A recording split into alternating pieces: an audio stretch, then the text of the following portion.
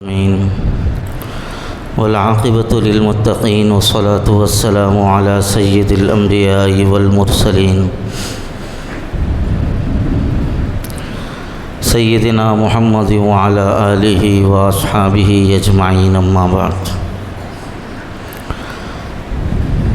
فأعوذ بالله من الشيطان الرجيم بسم الله الرحمن الرحيم وعباد الرحمن الذين يمشون على الأرض هونا وإذا خاطبهم الجاهلون قالوا سلاما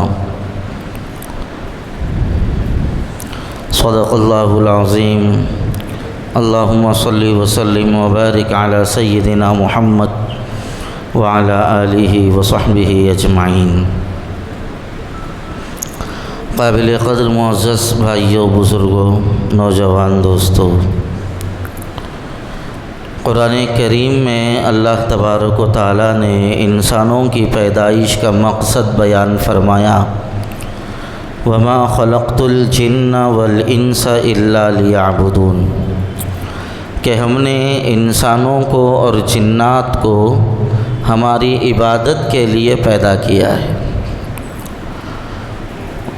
ہماری عبدیت کے لیے پیدا کیا ہے۔ بندے کا کام بھی یہی ہے کہ وہ اللہ کا بندہ بن کر رہے، عبدیت اس کے اندر آئے، عاجزی انکساری، میں ان کا غلام ہوں، ان کا بندہ ہوں، یہ احساس ہو، میرا کچھ بھی نہیں ہے، سب کچھ ان کا ہے، نہ میں اپنے آپ میں کچھ ہوں نہ میرا کچھ ہے، سب کچھ ان کا ہے، اللہ کا ہے، یہ احساس بندے کے اندر پیدا ہو جائے۔ شاعر نے کہا تھا کہ جو بھی کچھ ہے وہ تمہارا ہے، ہمارا کیا ہے، جو بھی کچھ ہے وہ تمہارا ہے، ہمارا کیا ہے، کب کہا ہم نے کہ ہمارا ہے، ہمارا کیا ہے، ہر شے پہ تمہارا ہی اجارہ ہے، ہمارا کیا ہے، چند سانسوں پہ گزارا ہے، ہمارا کیا ہے، ہمارا گزارا تو چند سانسوں پہ ہے۔ تو بندے کے اندر عبدیت آ جائے، جو اللہ کا حکم ہوگا اس کے آگے میں جھک جاؤں گا، چاہے وہ میرے سمجھ میں آئے نہ آئے، میرے مزاج کے مطابق ہو نہ ہو، میری مرضی ہو نہ ہو، بس جو اللہ کا حکم ہے اس کے آگے میں سر تسلیم خم ہوں۔ اللہ تعالیٰ نے فرشتوں کو حکم فرمایا کہ فرشتوں آدم کو سجدہ کرو، تمام فرشتوں نے سجدہ کر لیا، فرشتوں نے کوئی دلیل نہیں دی، کوئی بہانہ نہیں بنایا، بس فرشتوں نے یہ دیکھا یہ اللہ کا حکم ہے، بس جھک گئے۔ اللہ نے فرشتوں کو اپنا محبوب بنا لیا، اللہ راضی ہو گیا فرشتوں سے۔ وہیں پر شیطان نے دلیلیں پیش کرنا شروع کیا، بہانے بنانے شروع کیے، اپنی عقل کے گھوڑے دوڑائے، اللہ تعالیٰ نے اس کو مردود کر دیا، لمحہ واحد کے اندر راندہ درگاہ ہو گیا۔ تو پتہ کیا چلا؟ جو اللہ کے حکم کے آگے اپنے آپ کو بلا چون و چرا جھکا دیتا ہے، اللہ کا محبوب بن جاتا ہے، اور جو اللہ کے حکم کے آگے اپنا دماغ چلاتا ہے مردود ہو جاتا ہے۔ اس لیے عبدیت اپنے اندر پیدا کریں۔ اللہ نے حضرت نبی کریم صلی اللہ علیہ وسلم کی جو بڑی صفت بیان فرمائی ایک بڑے معجزے کے موقع پر، وہاں پر اللہ تعالیٰ نے حضور علیہ السلام کی یہی صفت بیان فرمائی، سبحان الذی اسری بعبدہ لیلا من المسجد الحرام الی المسجد الاقصی، پاک ہے وہ ذات جو راتوں رات اپنے بندے کو مسجد حرام سے مسجد اقصی تک لے گئی۔ تو انسان کے اندر مال کا آنا کمال نہیں، دولت کا آنا کمال نہیں، عزت کا آنا کمال نہیں، شہرت کا آنا کمال نہیں، بڑی بڑی عبادتیں کرنا اتنے کمال کی بات نہیں، بڑے بڑے علمی مقام پر پہنچ جانا اتنے کمال کی بات نہیں۔ کمال تو یہ ہے کہ وہ بندہ بن جائے، عبدیت اس کے اندر آ جائے، یہ کمال ہے۔ اور اللہ تبارک و تعالیٰ نے اپنے کمال والے بندوں اور اپنے محبوب بندوں کی کچھ علامتیں قرآن کریم کے اندر ذکر فرمائی، جن کے اندر یہ علامتیں ہوں گی وہ میرے محبوب بندے ہوں گے۔ اللہ تبارک و تعالیٰ نے فرمایا وَعِبَادُ الرَّحْمَنِ الَّذِينَ يَمْشُونَ عَلَى الْأَرْضِ، رحمان کے بندے، اللہ کے خاص بندے وہ ہیں جو زمین کے اندر دبے پاؤں چلتے ہیں،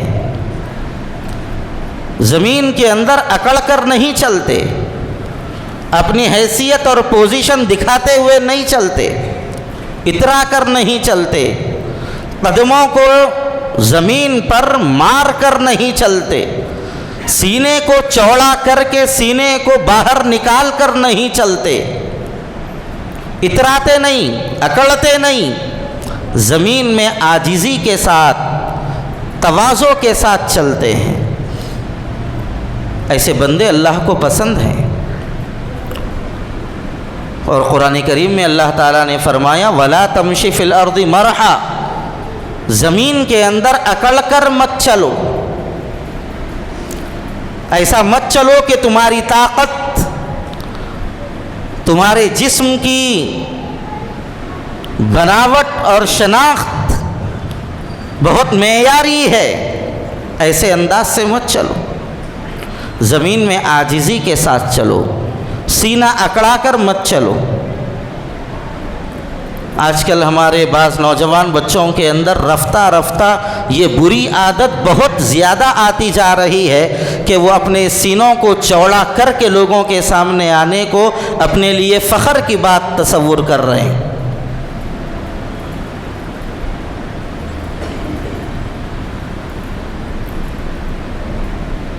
باؤنسرنگ کرنے کا مزاج نوجوانوں میں آ گیا،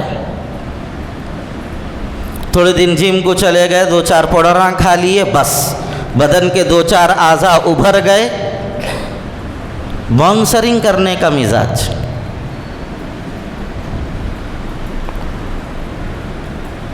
پہلے کیا ہوتا تھا، بڑے بڑے سیاستدان، کاروباری لوگ بڑے عہدوں پر جو ہے ان کے پیچھے باؤنسر رہتے تھے۔ آج کل شادیوں میں بھی نوشا کے پیچھے 8-10 باؤنسراں دکھ رہی ہیں۔ سب کو معلوم ہے یہ کرائے کا ہے، کیا فائدہ؟ کرائے کے لوگوں کو پیچھے لے کے آ کے ٹھہرا کر لیے، اور ٹھہرا کر کے آپ کیا دکھانا چاہ رہے ہیں؟ آپ کچھ بھی سوچ لو، ساری دنیا کو معلوم ہے یہ کرائے کا ہے۔ نہ آپ کی طاقت بڑھتی، نہ آپ کا زور نظر آتا، کچھ بھی نہیں ہوتا۔ اس لیے یہ فرماتے ہیں کہ شوق کرے تو ایسا کرو جو لوگوں کو بھی پسند آئے۔ چلر حرکتیں، بیہودہ کام، حلال کمائی کو غلط جگہوں پر خرچ کرنا، یہ چیزیں اچھی نہیں ہیں۔ تو زمین کر اللہ کے محبوب بندے اکڑ کر نہیں چلتے، قوت اپنے اندر پیدا کیجئے۔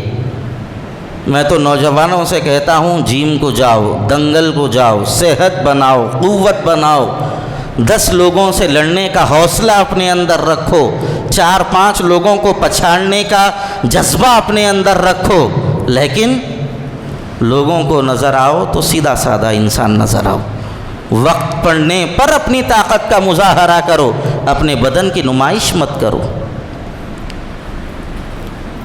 وَإِذَا خَاطَبَهُمُ الْجَاهِلُونَ قَالُوا سَلَامًا، اللہ کے محبوب بندے وہ ہیں جب ان سے کوئی جاہل بحث کرتا ہے تو وہ سلام کر کے آگے گزر جاتے ہیں، ان سے بحث نہیں کرتے، مباحثہ نہیں کرتے، تکرار نہیں کرتے۔ بعض لوگ یہ سمجھتے ہیں کہ میری آواز تیز ہو گئی تو میں جیت جاؤں گا، اور سامنے والے کی آواز ذری پست ہے تو وہ ہار جائے گا۔ یاد رکھیے، کسی کی آواز کا بلند ہو جانا اس کے کامیاب ہونے کی یا اس کے جیتنے کی علامت نہیں ہے۔ بڑی آواز کا ہونا اچھے انسان ہونے کی علامت نہیں ہے۔ اچھا انسان وہ ہے جس کا کردار اچھا ہے۔ صرف آواز تیز ہو گئی تو قرآن میں اللہ تعالیٰ نے فرمایا اِنَّ أَنْكَرَ الْأَصْوَاتِ لَصَوْتُ الْحَمِيرِ، تیز آواز، بڑی آواز تو گدھے کی بھی ہوتی ہے، لیکن قرآن میں اللہ نے فرمایا سب سے ناپسندیدہ آواز گدھے کی ہے۔ یہ آج کل جو ہمارے نوجوانوں میں آ گیا نا، کچھ بھی ہوتے آنکھ پہ جا رہے، ہاں کیا بول رہی، کس کو بول رہی، یہ جو آنکھ پہ جا رہے نا تیز تیز زور زور سے بات کرنے کے واسطے، اور یہ سمجھ رہے ہیں کہ میں زور سے بات کرا تو میں جیت جاؤں گا، انہیں سے میرے سے ڈر جائیں گا۔ یہ جہالت کی علامت ہے، علم والے کی اور دیندار آدمی کی علامت نہیں ہو سکتی۔ تیسری علامت اللہ نے اپنے محبوب بندوں کی یہ بیان فرمائی، والذین یبیتون لربہم سجدا وقیاما، اللہ کے محبوب بندے وہ ہیں جو راتوں میں سجدہ کرتے ہوئے اور اللہ کے سامنے کھڑے ہو کر اپنی رات گزار دیتے ہیں۔ ایک لفظ کے اندر اگر اس کی تشریح کی جائے تو یہ ہے کہ اللہ کے محبوب بندے رات میں تہجد پڑھتے ہیں۔ جو تہجد پڑھتا ہے وہ اللہ کا محبوب بن جاتا ہے۔ تہجد پڑھنے والے کے چہرے پر رونق آ جاتی ہے، اس کے چہرے کو اللہ نورانی بنا دیتا ہے، اس کی قبر کو اللہ تعالیٰ روشن فرما دیتا ہے۔ تہجد پڑھنے والے کے ساتھ اللہ کی خصوصی مدد اور نصرت رہتی ہے، اور تہجد پڑھنے والا اللہ کے محبوب اور مخصوص بندوں میں شامل ہو جاتا ہے۔ کوئی بھی ولی بغیر تہجد کے ولایت کے مقام پر نہیں پہنچا۔ جتنے انبیاء گزرے ہیں راتوں میں اور تہجد کے وقت اللہ کی عبادت کرتے تھے۔ خود ہمارے نبی حضرت سیدنا محمد الرسول اللہ صلی اللہ علیہ وسلم کا معمول مبارک تھا کہ سرکار رات میں لمبی لمبی نمازیں پڑھتے تھے، لمبے لمبے سجدے کرتے تھے۔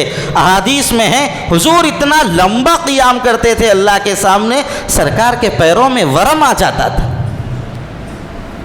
اللہ کے سامنے اتنا روتے تھے کہ آنسو نکل نکل کر آنسوؤں کے نالیوں کی طرح سرکار دو عالم صلی اللہ علیہ وسلم کو بن گئی تھی۔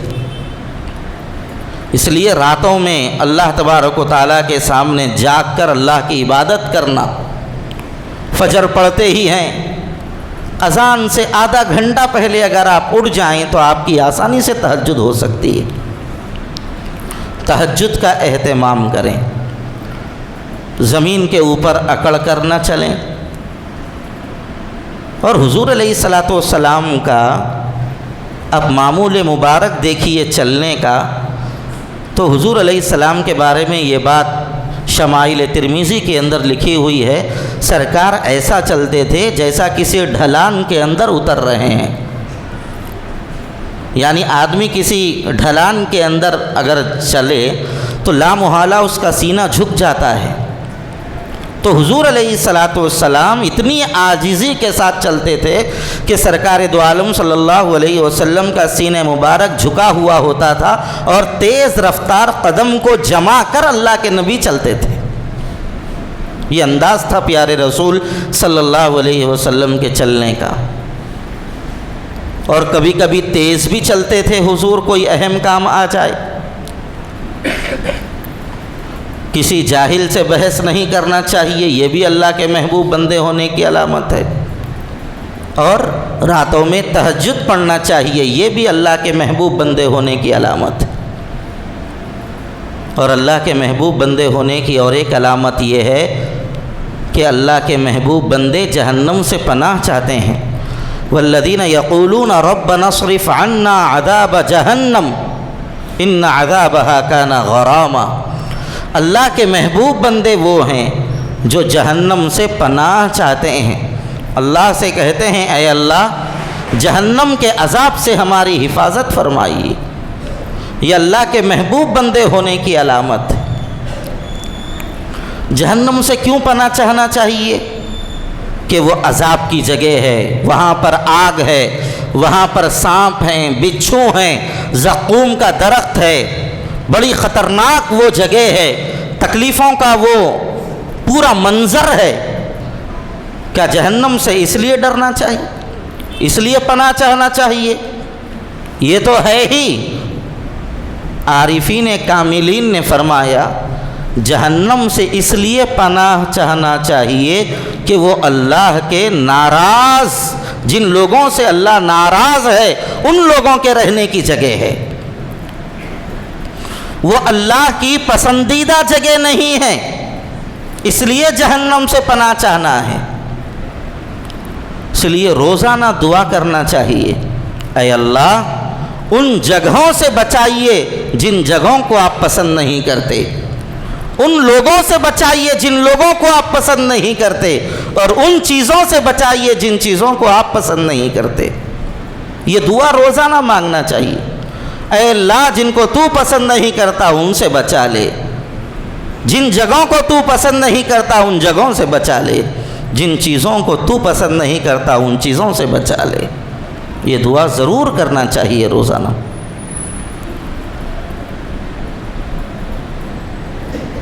اور اس کے بعد فرمایا اللہ کے محبوب بندوں کی علامت ایک یہ بھی ہے، والذین اذا انفقوا لم یسرفوا ولم یقتروا وکان بین ذلک قواما۔ اللہ کے نیک بندے جب خرچ کرتے ہیں تو نہ اسراف کرتے ہیں نہ بخل کرتے ہیں، نہ حد سے زیادہ پیسہ خرچ کرتے ہیں، نہ جتنی ضرورت ہے اس سے کم خرچ کرتے ہیں۔ وَكَانَ بَيْنَ ذَلِكَ قَوَامًا، وہ میانہ روی اختیار کرتے ہیں۔ لوگوں کو دکھانے کے لیے، اپنی پوزیشن بتانے کے لیے ناجائز پیسہ خرچ کیا جا رہا ہے۔ بارات جا رہی ہے ہماری، لہذا پورے روڈوں پہ لائٹنگ کر دی جائے۔ روڈوں پہ لائٹاں لے کے پھرنا اور اس کے پیچھے پیسہ لگانا، یہ کون سی عقل مندی کی بات ہے؟ روڈوں پہ روشنیاں کرنا یہ کون سی عقل مندی کی بات ہے؟ ان کے پاس بائک ہے، کہیں بھی آئے گئے تو 30 روپے کا پٹرول ڈالتے ہیں، اور شادی کے دن 2 گھنٹے کے واسطے 10,000 روپے کی کار کرائے پہ لے کے آئے، لوگوں کو دکھانے کے لیے کہ نوشا یہ کار کے اندر آئے ہیں۔ سب کو معلوم ہے یہ کرائے کی کار ہے، پھر آپ کی کیا حیثیت رہ جائے گی؟ کیا وقار رہے گا آپ کا؟ یہ جھوٹی شہرت یہ اچھی چیز نہیں ہے، اس سے بچنا چاہیے۔ اپنے حلال پیسوں کو حرام جگہوں پر خرچ نہیں کرنا چاہیے۔ پٹاخے پھوڑ رہے ہیں، پتنگ اڑا رہے ہیں، ناجائز جگہوں پر اپنے پیسوں کو خرچ کر رہے ہیں۔ نہ فضول خرچی، فضول خرچی کس کو بولتے ہیں؟ جائز کاموں کے اندر حد سے زیادہ پیسہ خرچہ کرنا یہ فضول خرچی ہے۔ ناجائز کاموں کے اندر تو پیسہ خرچہ کرنا حرام ہے، اس کو فضول خرچی نہیں بولیں گے، اس کو تو حرام بولیں گے۔ اللہ کے محبوب بندوں کی اور ایک علامت یہ بیان کی گئی، والذین لا یدعون مع اللہ الہا آخر، وہ اللہ کے علاوہ اللہ کے غیر کو پکارتے ہی نہیں، صرف اللہ کی عبادت کرتے ہیں۔ اللہ کے علاوہ کسی پیر، پیغمبر، کسی ولی، کسی اور کے نام پر جانوروں کو ذبح نہیں کرتے، وہ صرف اور صرف اللہ سے مانگتے ہیں۔ یا غوث المدد نہیں کہتے، کوئی اور جملہ اس طرح کا جو اللہ کے برابر کسی کو لا کے کھڑا کر دے، ایسے جملے نہیں کہتے۔ یہ اللہ کے محبوب بندوں کی علامت ہے۔ اللہ کے بندے ہیں تو محبت اللہ سے بس، اللہ کے غیر کو پکارنا یا اللہ کے ساتھ کسی کو شریک کرنے کے برابر ہے، اور اللہ اس کو پسند نہیں کرتا۔ تو اللہ کے محبوب بندے شرک نہیں کرتے، ولا یقتلون النفس، اور ناجائز کسی کا قتل نہیں کرتے۔ آج کل عام ہو گیا ہے قتل کرنا. اللہ کے محبوب بندے قتل نہیں کرتے کسی کا. ولا یزنون، اور اللہ کے نیک بندے زنا نہیں کرتے، بدکاری کا کام نہیں کرتے، لڑکیوں کے ساتھ ناجائز تعلق قائم نہیں کرتے. یہ اللہ کے محبوب بندوں کی علامت ہے. اور جب گناہ ہو جائے بشری تقاضے کے مطابق اللہ کے نیک بندے فوری توبہ کرتے ہیں. الا من تاب وآمن وعمل عملا صالحا، ایمان میں کامل ہوتے ہیں، نیک کام کرتے ہیں، برے کاموں سے اللہ کے بندے نیک بندے بچ جاتے ہیں. اور اللہ کے نیک بندوں کی ایک علامت یہ بھی بیان فرمائی، وہ جھوٹی گواہی نہیں دیتے.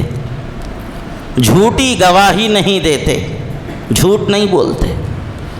اور اللہ کے نیک بندوں کی علامت یہ ہے وہ اپنی بیوی اور اپنے بچوں کے لیے اللہ سے دعا کرتے ہیں. والذین یقولون ربنا هب لنا من ازواجنا وذریاتنا قرۃ اعین وجعلنا للمتقین اماما. اے اللہ ہماری بیویوں کو، ہمارے بچوں کو ہماری آنکھوں کی ٹھنڈک بنا. یہ دعا کرتے ہیں. ایک بزرگ سے پوچھا گیا کہ آپ کے بچے اتنے زیادہ فرما بردار اور نیک کیوں ہیں؟ کبھی آپ اپنے بچوں کے سلسلے میں پریشان نہیں ہوتے؟ انہوں نے فرمایا میں ہر نماز کے بعد یہ دعا کرتا ہوں ربنا هب لنا من ازواجنا وذریاتنا قرۃ اعین وجعلنا للمتقین اماما. اے اللہ میری بیویوں کو اور میرے بچوں کو میری آنکھوں کی ٹھنڈک بنا اور ان کو متقیوں کا امام بنا. میں دن میں روزانہ اللہ سے مانگتا ہوں تو اللہ مجھے محروم کیسے کرے گا؟ یہ دعا کرنا چاہیے اپنی اولاد کے لیے. اور اللہ کے نیک بندوں کی اور ایک علامت اللہ نے یہ بیان فرمائی، وہ اپنے اولاد کی دینی تربیت کرتے ہیں. ان کو دین کا مزاج ان کے اندر پیدا کرتے ہیں، ان کی اچھی تربیت کرتے ہیں، ان کی دینی فکر کرتے ہیں. چھوڑ دیتے نہیں اپنی اولاد کو جیسے چاہے جدھر چاہے ادھر چلے جاؤ. اولاد کو دیندار بنانے کی کوشش کرتے ہیں. میرے بھائیوں، اپنی اولاد کو دین سکھائیے، اچھے اعمال سکھائیے، مسلکوں میں دنیاوی مشاغل میں الجھا کے مت رکھیے. دین سکھائیے، سرکار کی سنت سکھائیے، حق کیا ہے ناحق کیا ہے وہ سکھائیے، علماء کی صحبتوں میں بٹھائیے. ورنہ پھر آپ کا بچہ جاہلوں کے اور غافلوں کے طریقے کو دیکھ کر اسی کو دین سمجھے گا. کل ہم قبرستان میں گئے. سنت طریقہ میت کو قبر میں لٹانے کا یہ ہے کہ میت کو پورا کروٹ کر دیا جائے، پورا کروٹ قبلے کی طرف لٹایا جائے. یہ سنت طریقہ ہے. لیکن ہمارے پاس رواج ہے سیدھا لٹا کے منڈی قبلے کی طرف کر دیتے ہیں بس. یہ مجبوری کی حالت میں، جگہ کے تنگ ہونے کی وجہ سے یا کوئی اور پریشانی ہو جائے اس وقت کرنے کا ہے. یہ آخری درجے کا کام ہے. پورا بدن قبلے کی طرف میت کا نہیں ہو رہا ہے تو کم سے کم اس کا چہرہ ہو جائے. یہ آخری درجے کی بات ہے. لیکن مسنون یہ ہے میت کو پورا قبلے کی طرف کروٹ کر کے لٹا دیا جائے. کل ایک نوجوان نے اپنی والدہ کو اسی طرح لٹایا. وہاں پر طریقہ بتایا گیا کہ بھائی ایسا لٹاؤ. وہاں پر ایک نوجوان اچھل رہا ہے، آج تک نہیں دیکھے ہم ایسا. ارے یہ غلط ہے رہا، یہ غلط ہو رہا، یہ غلط ہو رہا. اس کو معلوم ہے غلط اور وہ سب کو غلط بولتا جا رہا ہے. اور یہ بولنا تو بہت آسان ہو گیا. انہوں اہل حدیثاں ہیں شاید، انہوں ککوڑے ہیں شاید، انہوں وہابیاں ہیں شاید. کچھ بھی بولتے، یہ بولنا بہت آسان ہے لوگوں کے واسطے. کل وہ بچہ وہ بول رہا تھا اللہ اہل حدیثاں دکھ رہے اس لیے ایسا کر رہے کہ کیا آئے گی. غلط چیزیں، غلط علم سیکھا ہے اور اسی کو صحیح سمجھ رہا ہے. یہ اولاد کو دین سے دور رکھنے کا نتیجہ ہے.